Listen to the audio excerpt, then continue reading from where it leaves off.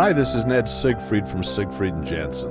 As proud sponsors of BeliefCast, we hope you are inspired by Todd's weekly podcasts, which contain so many courageous stories of recovery and personal growth. Remember, it's not what happened in the past that matters, it's what happens in the future. We invite you all to work hard and be optimistic about your future. Enjoy today's podcast. Hey, McKenna, thank you for joining the show again. Again, thank you so much for having me. You've been on before, Yes. and your energy's amazing. We've been laughing so far up to this point. Your right? energy is amazing. No, I'm kidding. Thank But you. I'm grateful to have you here. And for everyone tuning in, thank you for watching and listening. I want you to know how much I appreciate and how grateful I am for your support and your belief in me. We are truly a success because of you and sharing these things. But I also have to give credit to my amazing guests like McKenna here, who's going to share some really powerful things today with us. And so we're all very fortunate to have her today. It's McKenna Brown.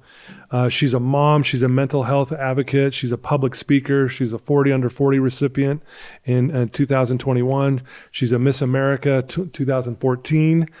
She's the creator of Wonder Woman Journal and self-love and confidence coach. Mm-hmm. What I love about McKenna is she's not afraid to talk about her struggles.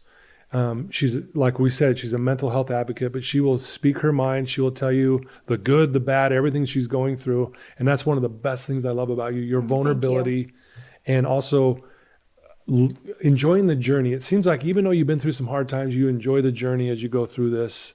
You recently went away for a little bit for some treatment, which is a very vulnerable thing to do. And we'll talk a little bit about that. So thank you for being here. Well, thank you so McKenna much. Brown, again. the one and the only.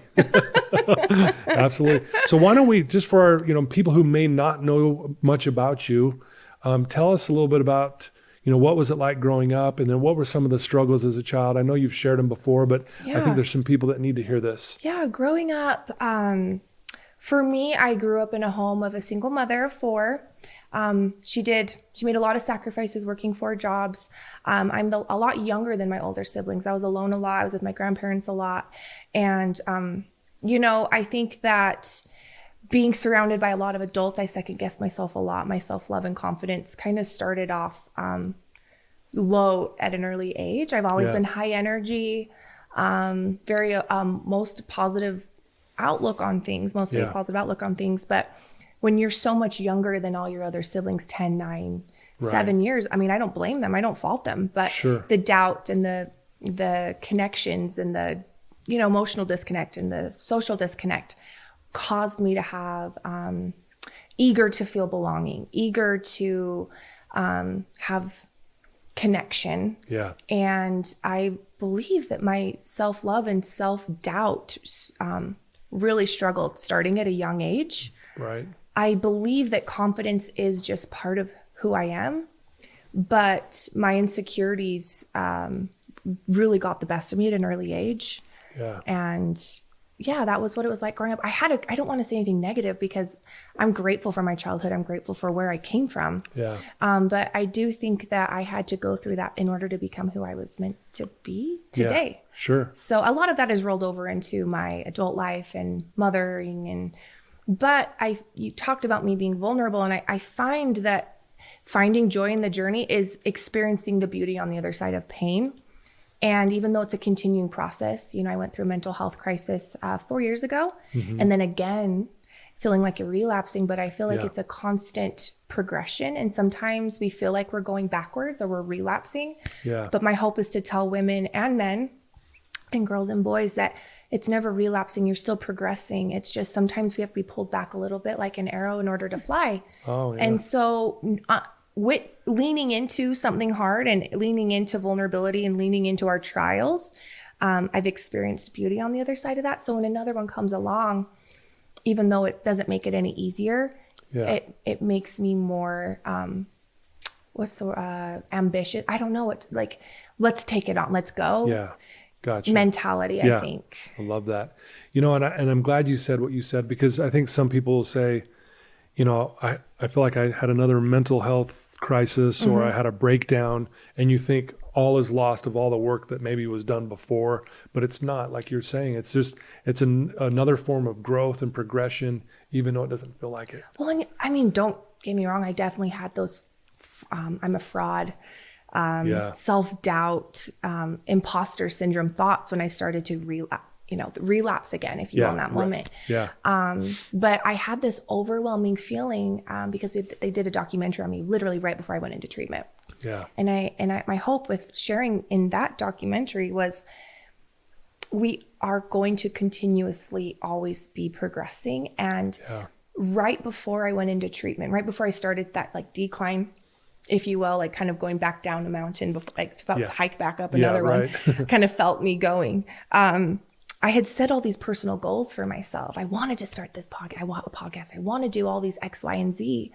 And God, I felt this overwhelming feeling. I believe in a Heavenly Father and that Jesus is my Christ. And I felt this overwhelming hug saying, you want this, but you have to go through pain to experience the beauty. It's not just a handout. It's like you have to go through this to go get to where you want to be. So that's kind of why I felt an embrace to the treatment this year was, all right, I don't have to let go of those goals. I can still be what I want to be, but I have to go through another level, if you will, to achieve the. Yeah. I love that. Tell me what this statement stirs up in your mind and your heart. The greater the darkness, the greater the light. I believe that it's in the darkness where we are forced to find our light. I believe that we all have a light inside of us. And sometimes we're put in darkness, and it's, if you will, tough love from our God to say it's your duty, it's your obligation to find your light. I can't give you it. You have to find it. And then and you're going to think you're alone, and you're going to think that I wasn't with you. But as soon as you lean into that heart and you find your light, instantly you will know where you're going, and you will see that I was right next to you the entire time. Oh, wow. So I've always thought about my favorite scripture is let your light so shine before men that they may see your good works and to glorify your Father which is in heaven. Right. And to me, that is, in order to let our light shine, we have to, like a seed, be planted in the darkness so we can bloom. We're going to feel the rain. We're going to feel the darkness. But as soon as we start to bloom, we're going to see the light and become a flower we're meant to be and bloom into what we're meant to be. Wow. Beautifully said. It reminds me of a James Allen quote, not really a quote, but something he said in one of his books, that he said the seed has to contend with the darkness before it becomes the flower. Yes. And that's what you just described. And that was so eloquently, like profoundly put. Mine was a lot more drawn out, but I love that. I want to write that down. That's really powerful. Yeah. And I think that really applies to all of us and everyone listening and everyone who's, hearing these things. It's like, if you're in that dark place, it's forcing you got to find that light, and it's there if you'll start walking in that direction per se. Yeah. Reaching out to people and what have you. You mentioned that you did a documentary. Yes. So let's talk about that for a minute. Okay. And then after you actually checked into a treatment facility. So let's talk about that. What happened there and how that all transpired. Yeah. So there's a nonprofit organization that focuses on maternal mental health. It's called the Emily Effect. It's brings resources and awareness to maternal mental health. They reached out to me and asked if they could, they believe in bringing awareness is sharing women's stories. And I talk about postpartum rage, and then I talk about how anger was also a sign of depression for me that I didn't understand. Yeah. And in motherhood and in life, we're always quick to anger, but I believe that we always need to focus not only on how we feel, but how we're reacting. Yeah. And so even though there are moments of shame I've learned to work through on my anger, they wanted me to share that story in this documentary to help other women and mothers who are feeling like they're always angry moms to not feel like that they are alone, and that there's hope and resources. And people would never think that I had anger issues. Yeah, right. But I did. And, I had to work even when through you say that, I can't picture you in that mindset or whatever. But again, I know you're human and we have our issues, but it's hard to see that. But the anger reaction was a trauma response for me, and I couldn't articulate how I was feeling. And so helping women understand that it is actually, there's no shame. It's just a sign. And it's your body talking to you in a way that needs to say, hey, this is a sign, here's X, Y, and Z. So Sturry, a company they teamed up with that does documentaries on people, came into my home, and I agreed to it months before, and I had reached Yeah. out to them and said, you know, I've had another crisis. Yeah. Over the last couple months. I mean, they'd found cancer and I'd had surgery, and, you know, it was like the snowball effect of a lot of different things. And I said, Yeah. I just want to be completely transparent with you. Yeah. You guys are wanting to come Friday. I'm literally leaving Monday and checking into a mental treatment facility in Arizona. Yeah. I won't be offended if you want to put this off till I come back or later down the road. Yeah. And they said they felt really strongly to get me before I went. Wow. So Okay. I was able to do the documentary literally the week before I left to treatment. And in February, we're going to do a red carpet premiere to bring awareness and raise money for maternal mental health. Yeah, I want to be there, by the way. And I want you there. I will be there. Yeah, that's We'd really, love to really have cool. you there. Well, and I love, again, you just being honest with them, saying, hey, here's where I'm at. I'm just going to be real with you, and here's what I'm dealing with. So talk about that, like getting to that place where you're like, you know what, I'm going to go get some help here. I'm going to, this is the maybe a weird way to say it, but checking out of your life, so to speak, to just concentrate on you for a minute. Talk about that experience. That was rough. In that moment, I really relapsed rough in my mental health. And my husband and I, bless his soul, he's a very good man. Yeah. He went to Google because we were just so like, I was just surviving to the next moment. We were just surviving. He couldn't live like this anymore. He didn't want me to live like this anymore. It was to a point where he felt like he needed to protect our children. Not that I was physically abusing them, but when they're walking on eggshells, it does create a trauma-filled environment for my children, and it's not healthy. And he Googled treatment. Up came Sierra Tucson in Arizona. Yeah. And it was almost like a mini intervention. I didn't even know that was an option.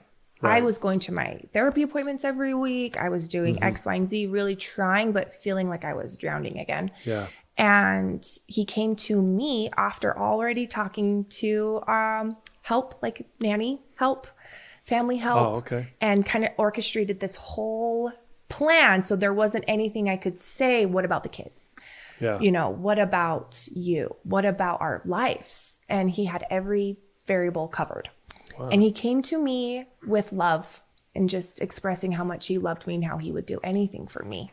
Wow. And that there was this place that he thought would be very helpful for me. Yeah. And people ask me, what was it like? And I know people have different emotions with intervention. I knew I had a problem. Right. And needed help and was trying to, so it was a sense of relief. I didn't even know that was a resource. Now I pride myself on being a woman, finding resources for women and, you know, situations. And it was like, I needed to experience this as I came out going, now I get to provide another resource for women to say that this is actually an option for you. And 30 days might sound like a really long time, which it is. It's a month. And guess what? It was the month of May. Us moms call it Maycember. It is like after school. If for some reason schools all get together and they're like, we've got a crap ton of programs, after school stuff, parties, celebrations. And I thought, how can I leave for the month of May? Right. But he said, I believe, McKenna, that we believe we lived before we came to earth. And we've had this we're having this mortal existence, and we believe in life after death. And if you are gone for a 30-day time frame, so we can have a lifetime, an eternity of a healthy mom with more resources, then let's go. Let's do it. And it took me down a road. The goals I had set for myself, God was telling me those were seeds I was planting because you were meant to go on this journey. And now I'm back in school, and now I'm going to become a licensed certified social worker. So then I can become a therapist, like give therapy to women in a very I want to be qualified. Yeah. Not that you're not qualified to share your story, just in a sense of really mental health crisis situations. Absolutely. No. And I say this a ton, and it's one of the things I try to live by. And it's changed my perspective on life, that life happens for us. Yes. Right. And everything that you've been through, the good, the bad, everything led to us talking today even. And, you know, you're going back to school to get your license and all that stuff and all the help you're doing for people. But as we connect the dots in your life, looking backwards, it all led to this moment. And I It all think lines up. that also helps you take on the next mountain. Yeah. Right. And it helps you as soon as you tackle that one mountain. I don't want people to feel hopeless when I say, I went through this, but I still went to treatment, or I'm doing this, because once you overcome a mountain, you build confidence and strength and love for yourself to take on the next one. Yeah. And it's never a linear, like this progressive way, right? It's backwards and sideways. And that's this, picture of a squiggly line. Yeah. But in order to let our light shine for men and to honor our God, you have to go through hardship, just like he sent his son. Not to get so spiritual, but this whole journey this year has really connected me on such a whole different level with Christ and a higher power, that he had to send his son, who sacrificed through, in Gethsemane, and who died on the cross and experienced that heartache, because in order to achieve the greatness of the atonement, he had to go through this hardship, which was such a great example for all of us. In that. Yeah. It might have been your first post in 30 days. I don't know for sure, but I saw a post when I think you were getting out of treatment, and it shows you hugging your kids. Oh, yeah. Yeah. And it chokes me up to see your face and theirs, and how happy they were. And then the words you wrote in that post was so beautifully said and so vulnerable. Again, like I said, talk about that moment, seeing them run up to you after 30 days, which does seem like an eternity away from your children, but to see them and smiling and hugging and loving you. It's a lot of emotions at once. It's joy, because you've missed them so much. Yeah.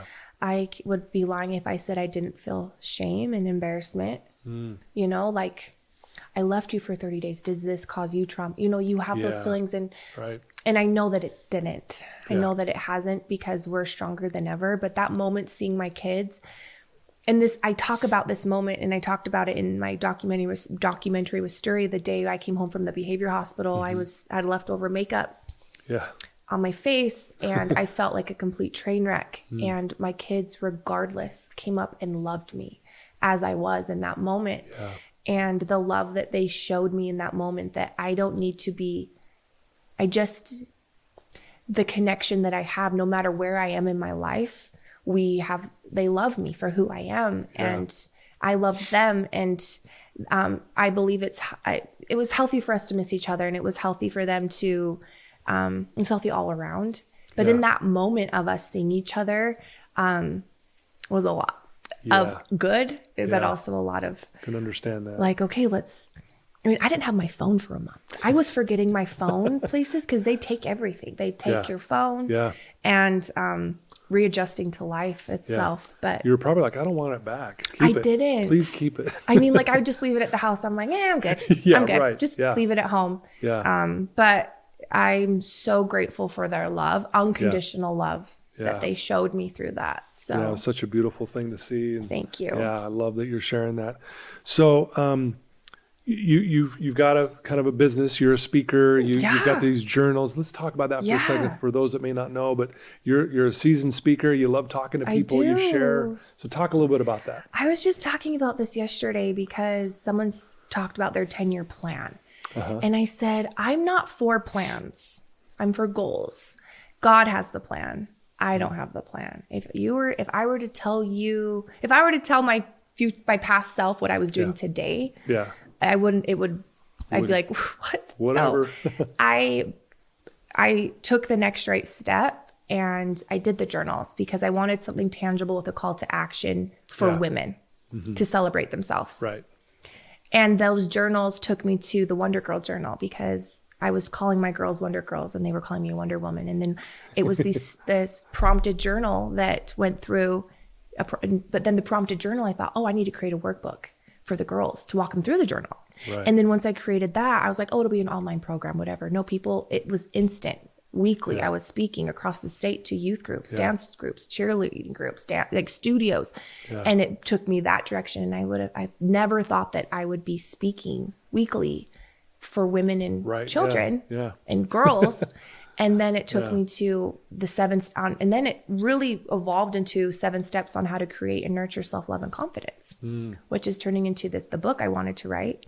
And I'm still writing, but I'm on God's time frame. So now he called me into school. So now I'm in school. Yeah. And it's like the whole journey of speaking and connecting with women kind of fell into place because I believe I just took the next right step. Right. And so in the year 2021, I spoke probably, I think it was like over 25 times. I was on 12 podcasts that year, none of which I solicited myself saying, hey, I'd love to be on. It was all fell into place because I believe when you take that next right step, God takes you on the plan that you're meant to be on. Yeah. And so now it still is happening. Like even out of treatment, being like, oh, you guys don't think I'm a fraud? Okay, great. Like, okay. Not now at all of a sudden, everything else is beautiful. Things are lining up for me. And it's been a really beautiful journey. Yeah. 30 days of sacrifice to have the eternity of gifts and blessings and trials again, like you were talking about. And that is beautiful. And it's fun to see that these things are starting to unfold in your life, Yeah. How has, now that you've been back for a while, how has your family adjusted? How's your husband adjusted and your kids even just through this process? I feel so blessed. My oldest daughter, because she's older, she's 12 now, but through these years, she got hit the worst with my mental health. So I carried a lot of guilt and shame with that. We are closer than she wants me to hug her and snuggle her and kiss her. And we've connected on this level. Since I struggled with maternal mental health, that was the beginning. We didn't really connect on like as much as you would. I don't know, there was a disconnect a little bit, even though we loved each other. Oh yeah. Our whole house feels more peaceful. Every morning we do gratitudes and affirmations. I have a weekly quote. I have weekly affirmations. We have gratitudes with a theme every day.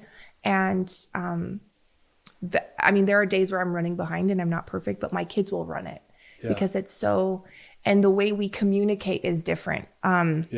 So, using my cognitive behavioral therapy skill sets or my DBT with my husband and, our education, how we communicate with our children. We talk about our core feelings. How are you feeling? Okay, we want to validate them. All right. Wow. Letting my kids know and feel that emotion is okay. You can feel angry. You can feel sad. You can cry. You can kick and scream because your emotion, we talk about, we just can't shoot that emotion towards your sibling or your mom. Right. We can't treat each other badly, Yeah. but we want to allow you a safe space to feel. And I believe that that's gained a lot of trust and connection as a whole, as a family. So with my husband and the way we communicate through our confrontation, because we're not perfect. Sure. We have, marital issues just like the next person, but how we constructively get out of it as a family, just our overall feeling at our house. I had a dream that we had a force field around in our house. So there was this beam in the middle of our house. And I was told the more love we get it, the more of a protection filter we have over our house. Oh, gotcha. And the more love we feed this, our home, our family, each other, we serve each other, the more this, force field goes over our house. And then in part of that dream, my kids would leave the force field, but there was a force field around them because no matter what, they know they're loved. They know they're safe, and our home is their safe. They're protected from the world because of the love we feel and show each other inside our home. Wow. So I believe that our home has now turned into, instead of this quarreling, kind of walking on eggshells environment, it's now evolved into, and is continuing to evolve because we're not perfect. There's constant progression, but this safe place where my kids will talk to me and open up to me.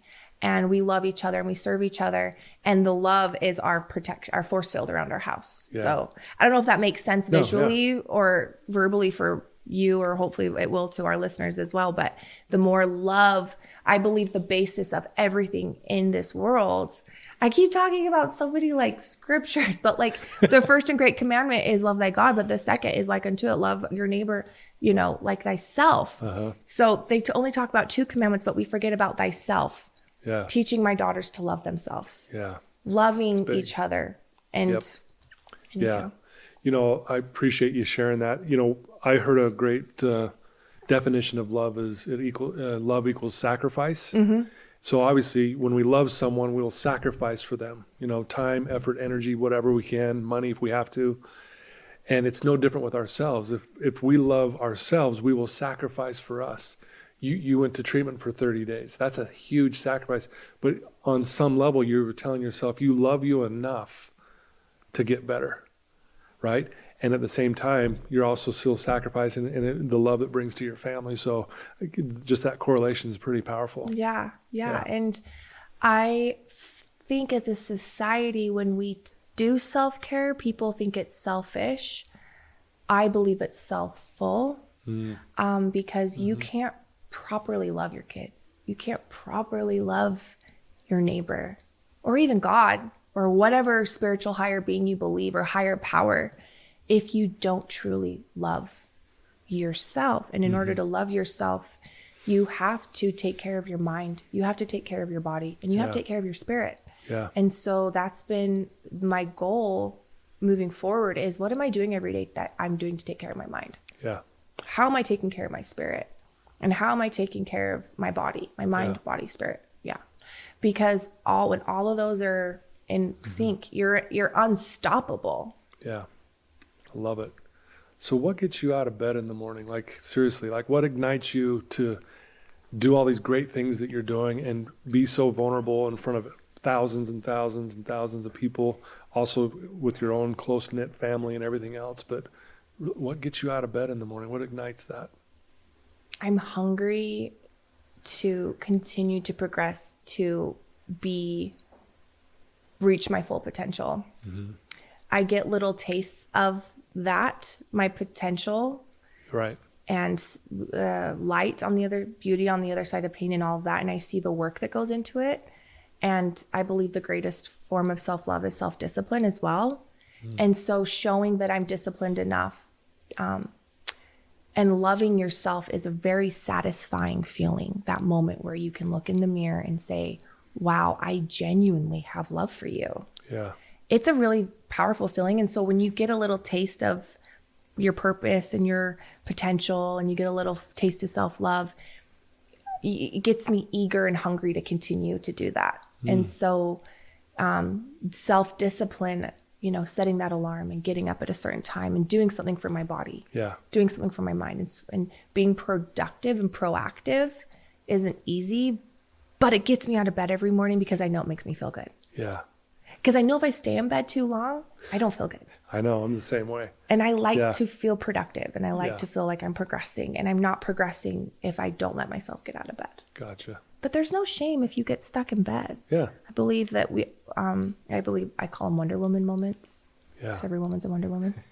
Even if you can't get out of bed, I want women, and I call women and men to just put their hands on their heart and take a deep breath and go, wow, I'm breathing. I'm alive, and my life deserves to be celebrated. So in this moment, I can't get out of bed, but from here on out, I'm going to celebrate each step I take. And right now the step is I'm breathing. Okay. You put your feet on the ground. I'm going to celebrate that. I walked into the shower. Okay. And celebrate those little moments, because that's also crucial. Those little moments they're missed in those celebratory moments, but they are very powerful if we recognize them. Love that. Very well said. If there's someone right now who's in that mental health crisis, just as you were a little while ago, and they're listening to you right now, what would you tell them? I would tell them, 1, you're not broken. Your brain is not broken. Your brain and your body are reacting because of what you have been through. And that was the biggest thing I took from treatment, was I came in thinking there was something wrong. I was broken. I was crazy. I was, not worthy of life or love. Yeah. And learning that, hey, what I'm feeling is common. Yeah. It doesn't have to be your normal. There's hope. You're not alone. In that darkness, search for that light. And as soon as you find that light, you will realize the support around you. No, reach out. Asking for help is not weakness. Right. It is strength. Yeah. Saying, I need help. Help will come. And there's nothing that you have been given, any trial, any heartache, that you can't get through. God wouldn't give you anything if he didn't know you could get through it. You are capable, and you are equipped to get through this. Yeah. Don't give up, because I promise you there is beauty on the other side of that. And that beauty is your purpose and your connection and your happiness. But you can't achieve there can't be virtue without vice. And there's no way around it. Right. Lean into it. And I promise you, if you trust, let go, let God, trust the process, find your resources, you will get out of it beautifully. Yeah. Very well said. Great advice. Thank you for sharing that. It's beautiful. Thank you. You know, I just want to say I admire you. I admire your vulnerability. I just admire the way you carry yourself. You're so vulnerable, not just with me here, you know, but just what I see, you're not afraid to post when you're having a bad day and just being real with everyone. So I just want you to know that inspires me to be more like that. Thank you. I want you to know that. So The feeling's mutual. thank you. Yeah. You know, you've been on the show before, like I mentioned, a few times. And the last one was episode 307, which we just barely posted. And it's going well. A lot of people are downloading it. And a lot of people are commenting on it. And so if you want to listen to more of McKenna's story, you can go check out that episode. And if you also wanted to get to know more about what she does, correct me if I'm wrong on this, but your website is McKennaRoseBrown.com. Is that correct? Yep. And then your Instagram account is McKenna Rose Brown. Yep. Okay, just want to make sure I got those right. TikTok, everything, just McKenna Rose It's Brown. all of it. She's on every platform out there, but please reach out to her. Check out everything that she's doing. If you have questions, if you have a son or a daughter who are struggling with their mental health, she's a great person to reach out to and to get some advice and maybe some direction. But thank you so much for being on the show again. Thank you so much. Yeah, I think the world of you. I hope The you know feeling that. is mutual. It's always an honor to connect with you. Yeah, thank you, McKenna. Thank you, Todd. Yeah. Thanks for joining us, everyone. I love you guys. Thanks for believing in me. And until next time.